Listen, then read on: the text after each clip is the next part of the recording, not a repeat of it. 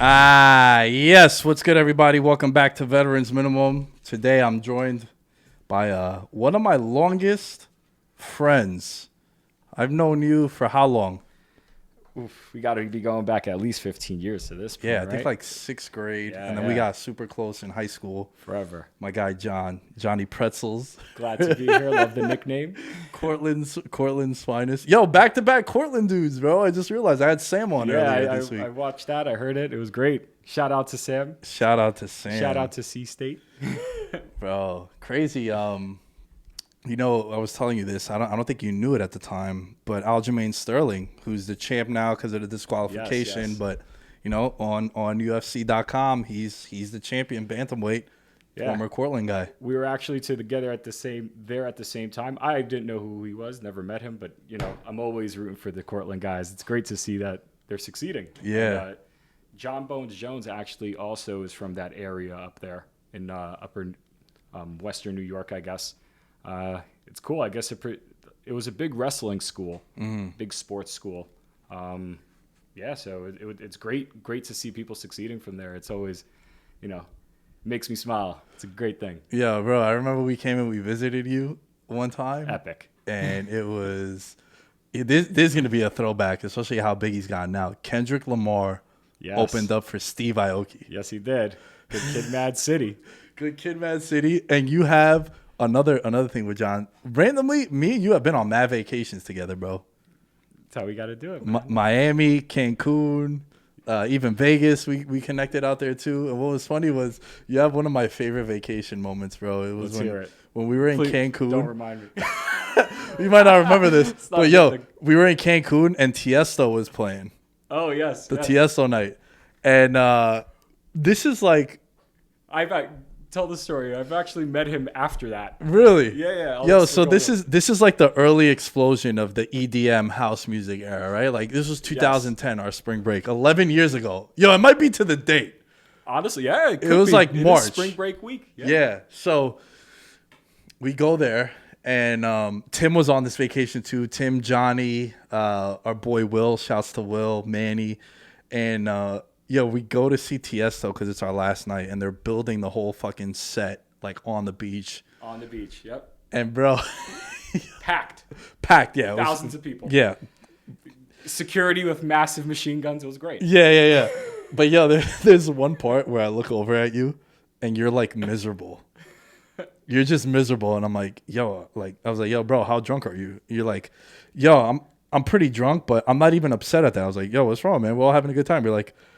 Dude, it's been the same song for 45 minutes because of like the beats. Of course, I couldn't tell the difference between song 1 and song 10. It just sounded like the repeat, just the same loop going over and over again. But what are you gonna do?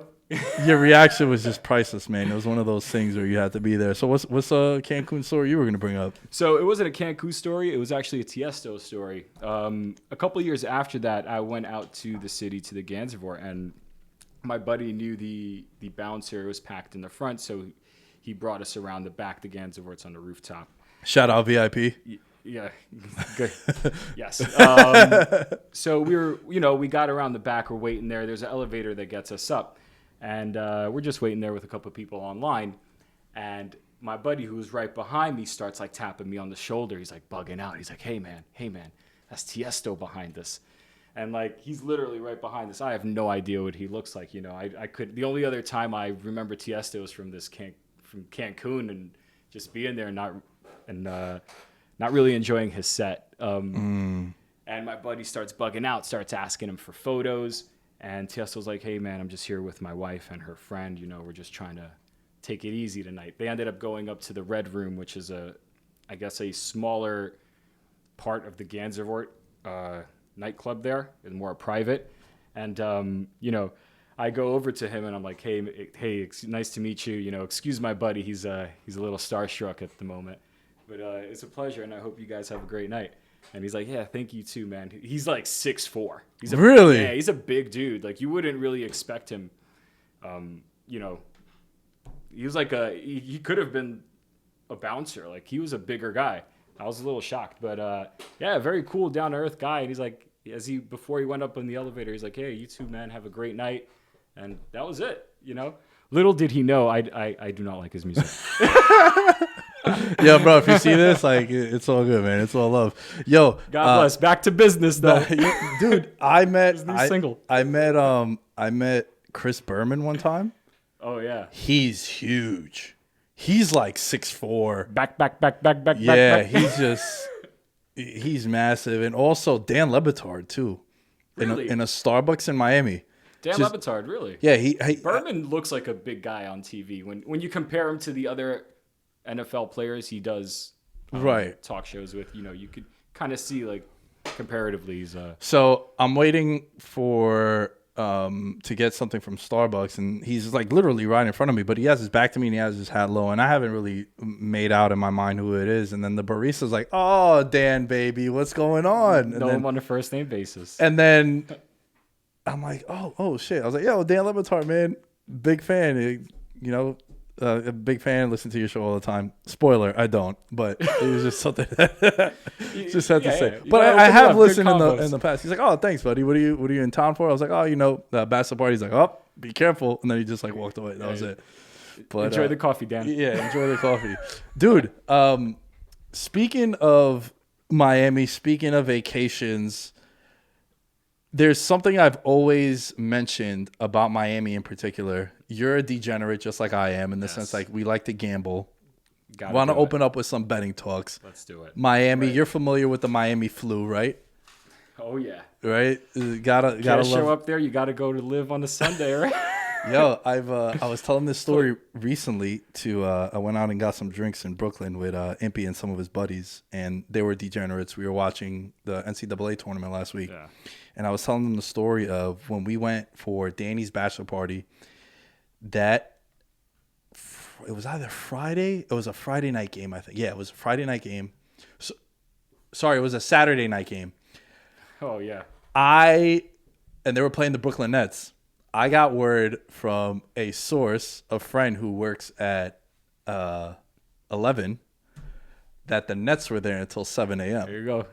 So the Heat were this was Deion Waiters' Heat. This is like 2000. Yeah, so they're underdogs. Yeah, and they were a 3-point dog, and I just remember telling all the guys, "Yo, we should bet them. Take them." And they're like, "Nah, man, the Nets, whatever. There's like D'Angelo Russell Nets." And when I'm like, "Dude, they were out partying until 7 a.m. They're not gonna be able to." At halftime, they were down 33. Yeah. Of course, they chalk up the L. The coach at the time knew We fucking took those points and ran with them, brother, straight to the bank.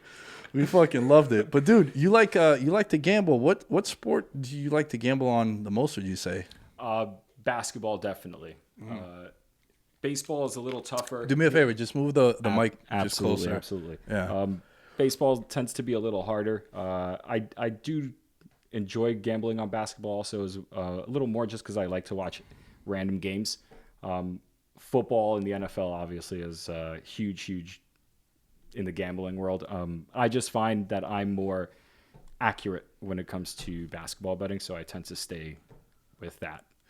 Basically, yeah. You like game to game? You like futures? Like where do you think you're strongest at, or what do you prefer? Sure. So I do tend to like futures just because you can hedge your way out of certain bets and we can go further into that. Yeah. I mean, bro, you don't gotta tease me with a good time. We start talking betting, and I'm a futures guy, right? Absolutely. I very rarely bet game to game, day to day. I really need to love something for me to put a game or a fight. Like it's very specific, but I'm telling you about NFL props every time we work out together. Every single time. So it's very hard to accurately depict what's going to occur every single night and be successful in betting. You have to be 55% accurate to break even and make money. So to have that 10-win spread, from 55 to 45, you have to be pretty damn good, and you have to have a lot of luck go on your side. So on a day-to-day basis, it's very hard to be successful in anything, whether it's in picking stocks, finance, betting, picking odds, probabilities. So taking those longer future bets and having the ability to hedge your way down from your initial position is a way to most likely succeed in the long term. if you're doing it, consistently. How similar is the stock market to sports betting, would you say? It's different. Because there's been a lot of guys that were Wall Street that are dudes successful that become professional sports bettors. Yes. Most famously, Joe Pita. I told you about his book. I think it's Trading Bases. Yes. He was a Wall Street day trader, and then he created this formula, and he won like $1.45 million betting baseball. Yep, it's all in that analytics, and baseball is the sport to do it with. In the market with stocks, you can value them. There is a valuation metric. You can see whether something is expensive at the moment or underpriced, undervalued. So, based on historical numbers, current numbers, where current market conditions are, it's kind of the same in that. If you look at it, if you transition to sports, it's hard to judge current performance on past performance at times in sports, especially over a game-to-game basis. Because you just don't know what's going to occur on any given night. Like what you mentioned earlier with the Heat and Miami. I mean, the Heat. I'm sorry, the Heat the Nets. And the Nets. Yeah. The Nets were favored, but there's that wrinkle in there that they're in Miami that night. Yeah, and they're partying till 7 a.m. So like on a day-to-day basis, it's tough to succeed. But if you're doing daily fantasy, then you probably you can run those numbers absolutely that this gentleman did, and he became successful from it. So on that aspect, yes, you can definitely draw comparisons. But if you're just taking like lines and stuff, I don't think they're very similar in that aspect because it's hard to judge value. Yeah, it's interesting. You bring up daily fantasy because I think that's where the comparisons are the most accurate between I don't know dick about stocks. I'm not going to pretend like I do, but I know the daily fantasy really well and that whole aspect. And a lot of it is, it's predictive analytics, right? Which is funny because one time I was at a bar and some girl asked me like, "Oh, what do you do for a living?" I don't know why, but I was with a buddy of mine who's one of my customers. He's actually data analysis for this big Fortune 500 company. And he says that he's predictive analytics is his thing. So I just turned to the girl and I was like, sure. I was like, yo, I work at, and I mentioned his company and I go, his company in Veterans Minimum, I'm in predictive analytics. She's like, oh my God, that's so impressive. I was like, yeah, I have all these data models and I try to predict outcomes on the upcoming weekends.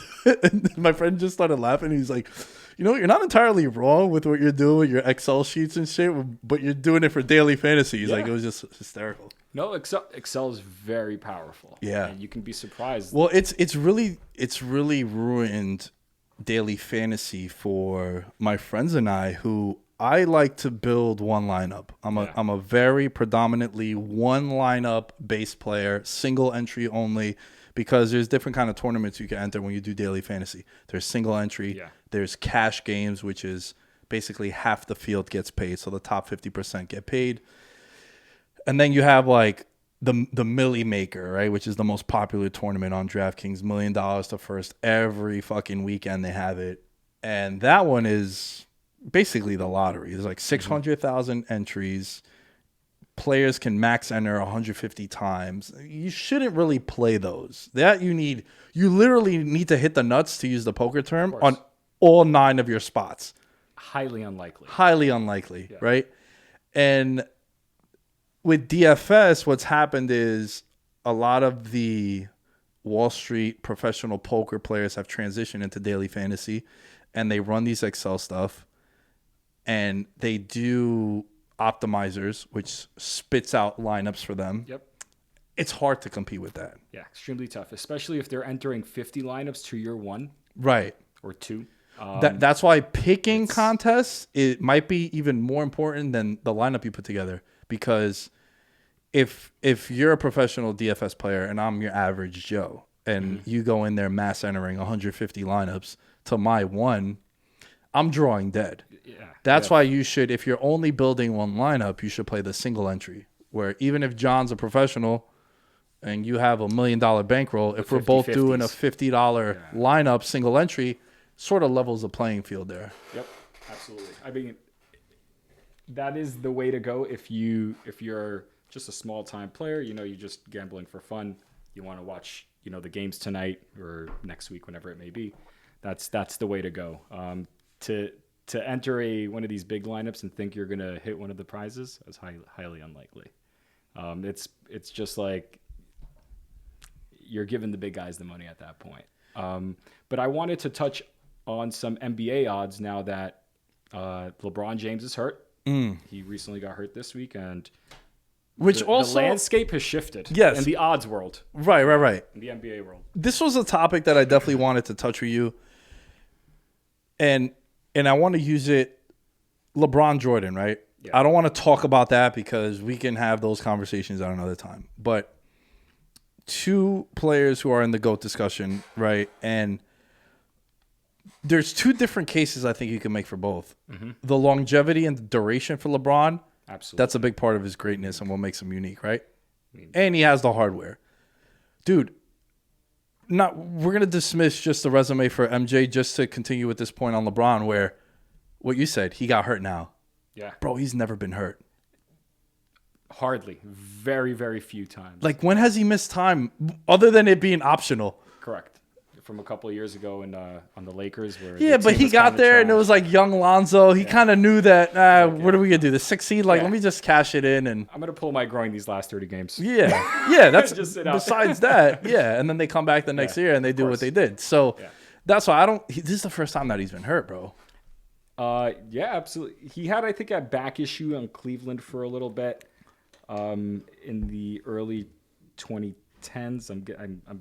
I may be missing on the year, but I'm thinking it's 2011. But other than that, he really has not missed any time.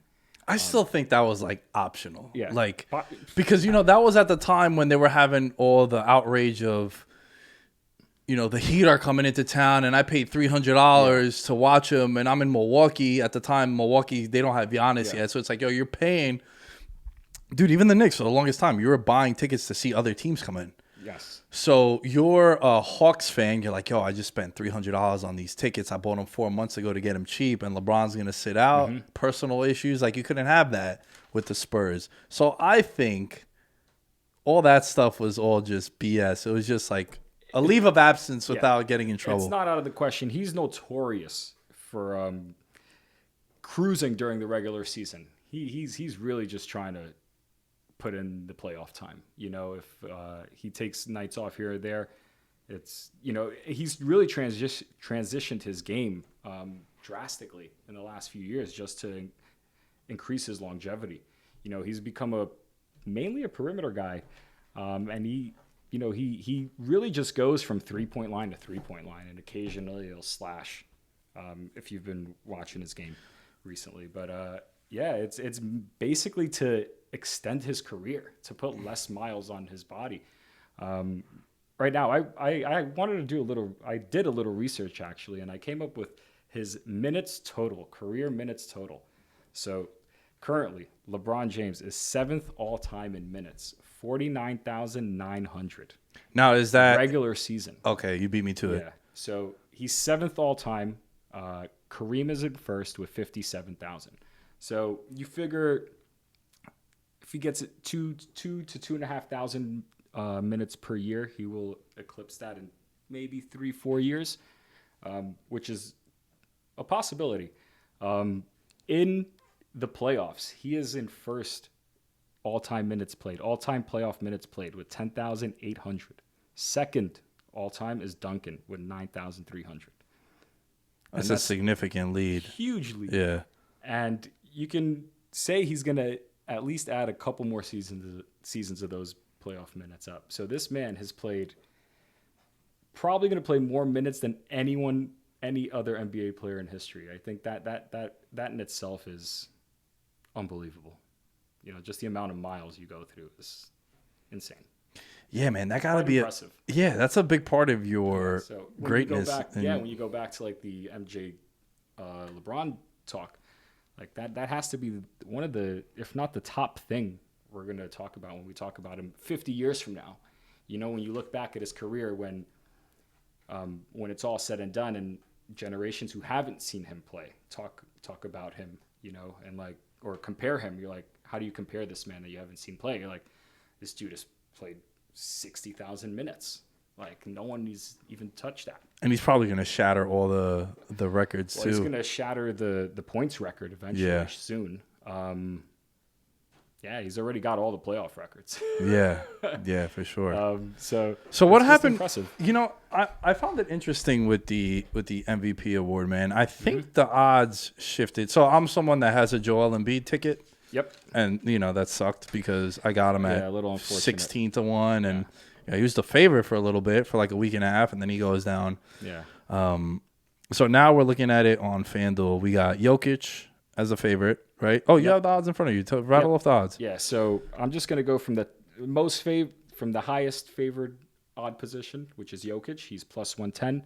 LeBron James is plus 450. Embiid is plus 600. Giannis plus 900. Lillard plus 1200. Harden plus 1200.